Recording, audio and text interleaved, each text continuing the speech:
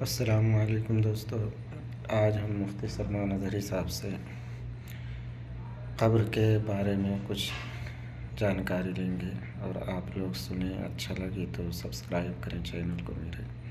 انشاءاللہ اسی طرح اپڈیٹ میں دیتا رہوں گا آپ سب کو۔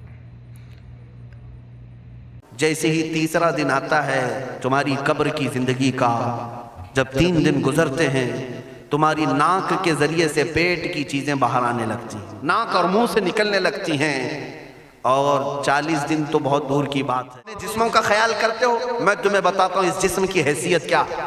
یہ جو چمڑی ہے اس کی حیثیت کیا ہے، یہ جو گوشت پوست ہمارے جسموں پر ہے اس کی حیثیت کیا ہے پتہ ہے تمہیں؟ اس کو سجانے کے لیے عورتیں 2-2 گھنٹہ شیشے کے پاس کھڑے ہو کر میک اپ کرتی رہیں۔ اب عورتوں کی طرف سے یہ میک اپ، لالی پاؤڈر اور کنگھیاں بالوں کو سجاتے رہے، اور تم اپنی باڈی کو بناتے رہے جیم میں جا کر کے۔ اب اس جسم کی حیثیت سنو، جس دن روح نکلی تمہارے جسم سے اور جب جنازہ لے جایا گیا، قبر میں تمہارے سب سے عزیز لوگ رکھ کر کے آتے ہیں، تختیاں قبر کی بند کر کے آتے ہیں۔ اتنی چھوٹی قبر کہ کروٹ لینے کی بھی جگہ نہیں ہوتی، ہاتھ پھیلانے کی بھی جگہ نہیں ہوتی۔ آج اپنے پلنگ پر سو کر کے دیکھو، کسی کا ہاتھ ٹچ ہو رہا ہے تو نیند نہیں آتی، لیکن قبر میں اتنی تاریک جگہ پر، چھوٹی سی جگہ پر، تنگ جگہ پر چھوڑ دیا جاتا ہے کہ مردہ کروٹ بھی نہیں لے پاتا، پھر پلس اس کو اوپر سے نیچے سے پیٹ سے باندھ کر کے رکھ دیا جاتا ہے۔ تمہیں پتہ ہے اب حکماں نے جو لکھا ہے وہ سنو بزرگوں نے، جیسے ہی تیسرا دن آتا ہے تمہاری قبر کی زندگی کا، جب 3 دن گزرتے ہیں تمہاری ناک کے ذریعے سے پیٹ کی چیزیں باہر آنے لگتی ہیں، منہ کے ذریعے سے آنتڑیاں یا جو بھی اندر کا لیکویڈ ہے سب باہر آتا ہے۔ 5ویں دن کان کے اندر سے بھیجا نکلنے لگ جاتا ہے۔ یہ جو بھیجا سر کے اندر ہے وہ ختم ہو کر کے سڑ کر کے پیپ کی شکل میں کانوں سے باہر آنے لگ جاتا ہے۔ ناک اور منہ سے پیٹ کی چیزیں، کلیجہ خون بن جاتا ہے، دیگر چیزیں سب کان اور ناک اور منہ سے نکلنے لگتی ہیں، اور 40 دن تو بہت دور کی بات ہے، 8ویں دن اس کا پیٹ پھٹ جاتا ہے، پیٹ پھولتے پھولتے پھٹ جاتا ہے، اور جیسی پیٹ پھٹتا ہے قبر میں کیڑے پیدا کیے جاتے ہیں۔ تم 1000 کوشش کر لو لیکن وہ کیڑے اسی کے لیے پیدا ہی کیے جاتے ہیں، ان کی غذا ہے۔ وہ ناک سے نکلا ہوا گودا، منہ سے نکلا ہوا گودا کھانے کے لیے کیڑے جمع ہو جاتے ہیں، پورے جسم پر طاری ہو جاتے ہیں۔ پیٹ جب پھٹ جاتا ہے تو اتنی شدید تعفن والی بو آتی ہے کہ قبریں بند ہوتی ہیں، ورنہ کئی لوگ صرف بو سے بیمار ہو جاتے ہیں، کئی لوگ۔ اور یہی ہمارے جسم کی حیثیت ہے، یہی ہمارے جسم کی حقیقت ہے۔ اور چند دن گزر جاتے ہیں کہ اس کی آنکھوں کی پتلیاں لٹک کر کے باہر نکلتی ہیں، اس کی آنکھوں کی پتلیاں باہر آ جاتی ہیں اور گڑے پڑ جاتے ہیں۔ اب جو جسم کے اوپر موجود گوشت ہے اس کو چونٹیاں، مکوڑے اور کیڑے کھانے لگ جاتے ہیں، کھاتے کھاتے 2-3 مہینے کے اندر اس کو صرف اور صرف ڈھانچے کی شکل چھوڑ دی جاتی ہے، ہڈیاں باقی رکھی جاتی ہیں۔ جن بالوں میں تم کنگھیاں کرتے ہیں ان بالوں کی جڑوں میں پیپ پیدا کیا جاتا ہے، ہر بال کی جڑ پیپ بہاتی ہے۔ اور جن چہروں پر تم پاؤڈر لالی لگا کر کے اس کو سجایا کرتے آئینے میں کھڑے ہو کر، ان چہروں پر اللہ تبارک و تعالیٰ ایسی جھریاں پیدا کرتا ہے۔ یہ تو عام لوگوں کی بات، اور اگر گنہگار ہیں تو ان کے چہروں پر بچھو چھوڑ دیے جاتے ہیں، بچھو چھوڑ دیے جاتے ہیں۔ کئی لوگوں کی قبروں پر سانپ ان کی ناک کو ڈستے رہتے ہیں اور ان کا گودا پیتے رہتے ہیں۔ سانپوں کا عذاب، بچھوؤں کا عذاب، یا قبر کے عذاب کے ساتھ یہ جسم گلا دیا جاتا ہے، ہڈیوں کے سوا کچھ نہیں باقی رہتا۔ تم کیا سمجھتے ہو مرنے کے بعد احساس نہیں ہوگا؟ مرنے کے بعد ہر درد کا احساس دگنا کر دیا جائے گا۔ آج زندگی میں جتنا تمہیں چونٹی کاٹنے سے درد ہوتا ہے، مرنے کے بعد یہ درد 10 گنا زیادہ بڑھ جائے گا، تمہیں اور درد ہوگا، اور درد ہوگا۔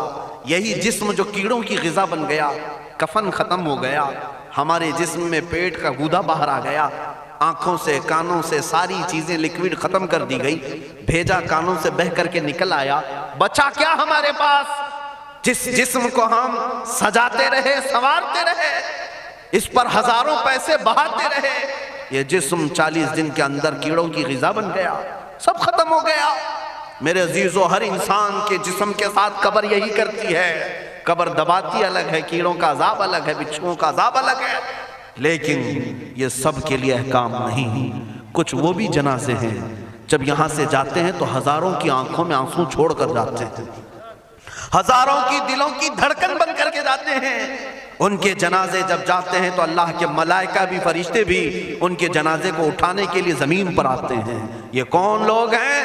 جو اپنے سینوں میں عشق مصطفیٰ کی شمع روشن کیے ہوئے تھے، جینا چاہتے تو مصطفیٰ کے لیے، مرنا چاہتے تو مصطفیٰ کے لیے۔ فاضل بریلوی نے کیا خوب کہا، لحد میں عشق رخ شہ کا داغ لے کے چلے، اندھیری رات سنی تھی چراغ لے کے چلے۔ جب قبر میں جاتا ہے ایک عاشق رسول، اسے رکھا جاتا ہے، کفن اس کا بھی ہے، جسم اس کا بھی ہے، لیکن فرشتوں سے بھی کہا جاتا ہے اسے آہستہ سے جگانا، محمد عربی کا غلام ہے، رسول پاک کا وفادار ہے، اور کیڑوں کا اس کے جسم کو کھانا تو دور کی بات، فرمایا گیا قیامت تک اس کے کفن کو بھی میلا ہونے نہیں دیا جاتا۔ نہ تمہاری آنکھ سے، نہ تمہارے ناک سے، نہ تمہارے چہرے سے کوئی گودا باہر آتا ہے، کچھ نہیں میرے عزیزو، جسم تر و تازہ سلامت رکھا جاتا ہے۔ 1000 سال کیا 10,000 سال گزر جائیں، حوادث زمانہ بھی آئیں، لیکن اس کی قبر میں اس کا جسم سلامت رکھا جاتا ہے۔ اب تمہارے ہاتھ میں فیصلہ ہے کون سا جسم بنانا چاہتے ہو، وہ جو کیڑوں کی غذا بن جائے، یا وہ جس پر فرشتے بھی اتر کر سلام بھیجیں۔ میں نے خود میرے مرشد گرامی کے جنازے میں حاضری دی، حضور تاج الشریعہ بدر الطریقہ رحمت اللہ تعالی علیہ، جس مرد قلندر نے اپنی پوری زندگی عشق مصطفیٰ میں گزاری ہے۔ آج تم نعرے لگاتے ہو تاج الشریعہ تاج الشریعہ، ان کے شب و روز دیکھے تھے کبھی؟ ان کی صبح اور شامیں دیکھی تھی کبھی؟ بہت پیر ہوں گے جو باہر پیر ہوں گے، اندر پیر ہوں گے، لیکن تاج الشریعہ کو میں نے اندر بھی دیکھا ہے، باہر بھی دیکھا ہے۔ آنکھیں بند بھی ہوتی، آنکھوں سے اگر کوئی چیز نظر بھی نہیں آ رہی ہوتی، تب بھی اتنا خیال ہوتا کہ کہیں سطر تو نہ کھل گیا ہو، کہیں پائجامہ اوپر تو نہیں ہو گیا ہو، سونے کے حالت کی بات کر رہا ہوں، کوئی نہ ہو تب بھی یہ خیال باقی رہتا۔ کون سا ایسا دن گزرتا جب وہ دلائل الخیرات نہیں پڑھ رہے ہوتے، قصیدہ بردہ شریف نہ پڑھ رہے ہوتے، ہزاروں سفر کی مصروفیات کے باوجود حضور پاک کی محبت کے نغمات میں کوئی کمی نہیں آئی۔ لیکن میں آج آپ کو ایک بات بتا دوں، جب انتقال ہوا وہ جمعہ کی شام تھی، اور ہمارے مردوں کو 6 گھنٹے 10 گھنٹے میں ہم کو قبرستان سپرد کرنا پڑتا ہے، 12 گھنٹے رکھ دیں تب بھی فریج منگوانا پڑ جاتا ہے، اس کے بعد قبرستان کے حوالے کر دیں۔ میرے مرشد گرامی کے انتقال کے بعد 48 گھنٹے رکھے گئے تھے، 48 گھنٹے رکھے گئے، اور اس کے بعد جنازہ پاک کو غسل دے کر لایا گیا۔ یہ فقیر قادری جنازے کی گاڑی میں شریک رہا، حضرت کے قدم پکڑ کر کے میں قبر تک رہا۔ میں آپ کو صرف اس لیے یہ بات عرض کر رہا ہوں کہ جب گاڑی جنازے کی چلتی تھی، میں نے زندگی میں بھی حضرت کے ہاتھ پکڑ کر کے ادھر ادھر چلائے۔ حضرت کے ساتھ جب جانا ہوتا تو بازوؤں کو ہم تھامے ہوتے، ہم کیا چلاتے، ہمیں وہ خود چلا رہے ہوتے، لیکن یہ ہم برکت کے لیے پکڑے ہوتے۔ جو نرم و ملائم جسم تھا، میں نے وفات کے بعد جنازے میں کھڑا ہو کر کے دیکھا، قدموں کو پکڑ کر، نہ نرمی میں کمی آئی، نہ ملائم ہونے میں کوئی کمی تھی۔ اور جب گاڑی آگے چلتی تھی،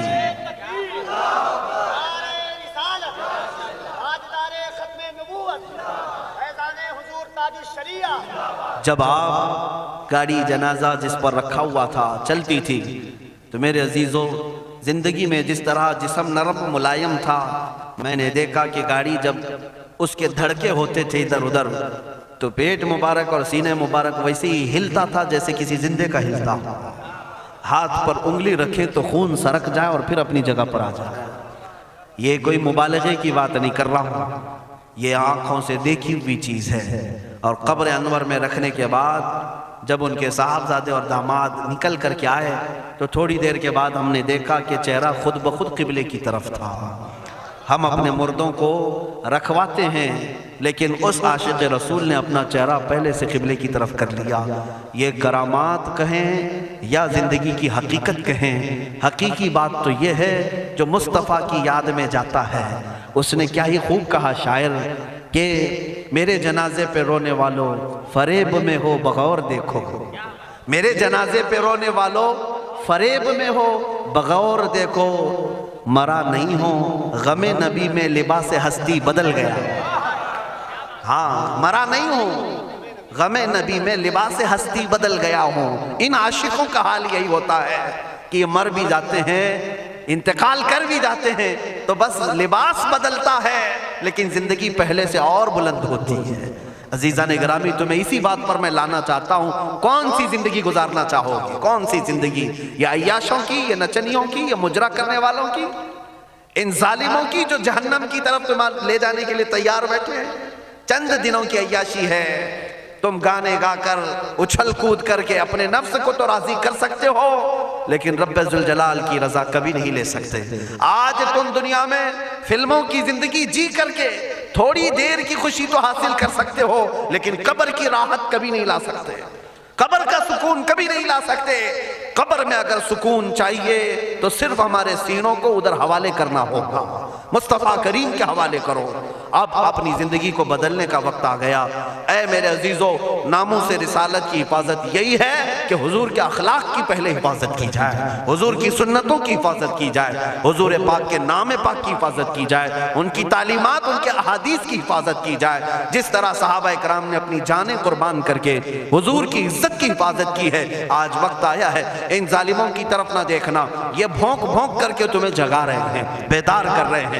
میں جواب دیتا رہوں گا انشاءاللہ، لیکن ساتھ میں ان حادثات کو اپنے لیے ایک الگ انداز سے دیکھتا ہوں. اگر کوئی کتا کوفے میں بیٹھ کر بھونکتا ہے اور میرے نبی پاک کی عظمت پر حملے کرتا ہے تو درد تو ہوتا ہے، لیکن ساتھ میں عقیدہ بھی تو ہمارا یہ ہے، رہے گا یوں ہی ان کا چرچا رہے گا، رہے گا یوں ہی ان کا چرچا رہے گا. پڑے خاک ہو جائیں جل جانے والے. یا رسول اللہ، تو گھٹائے سے کسی کے نہ گھٹا ہے نہ گھٹے گا. جب بڑھائے تجھے اللہ تعالیٰ تیرا، مٹ گئے مٹتے ہیں، مٹ جائیں گے آدھا تیرے. نہ مٹا ہے نہ مٹے گا کبھی چرچا تیرا. یہ کتے کتاب لکھ کر کے کہتے ہیں محمد عربی کا چرتر، ان کے اخلاق، ان کے کردار برے تھے، اور ایسی کوئی چیز نہیں ہے اسلام میں جس سے امپریس ہو کر اسلام قبول کیا جانا چاہیے. محمد صلی اللہ علیہ وسلم کے نام کو اسلام سے ہٹا دینا چاہیے.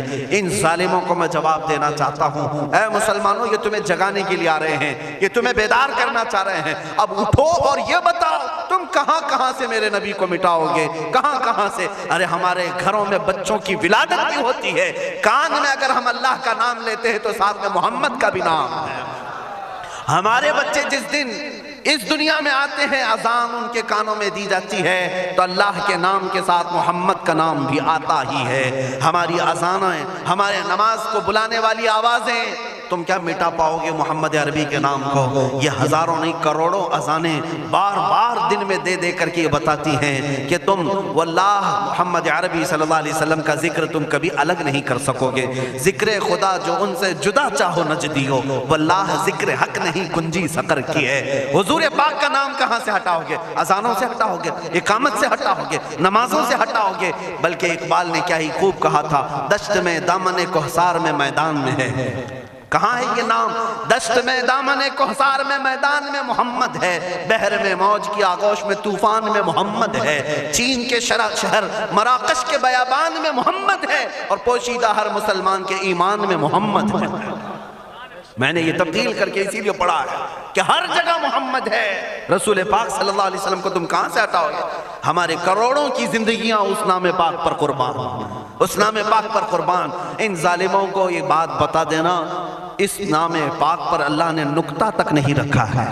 محمد عربی صلی اللہ علیہ وسلم کے نام پاک پر نقطہ تک نہیں، عیب تو بہت دور کی بات ہے. اور مٹانے کی بات کرتے ہو، مٹانے کے لیے تم اس کا ایک لفظ تک نہیں مٹا پاؤ گے.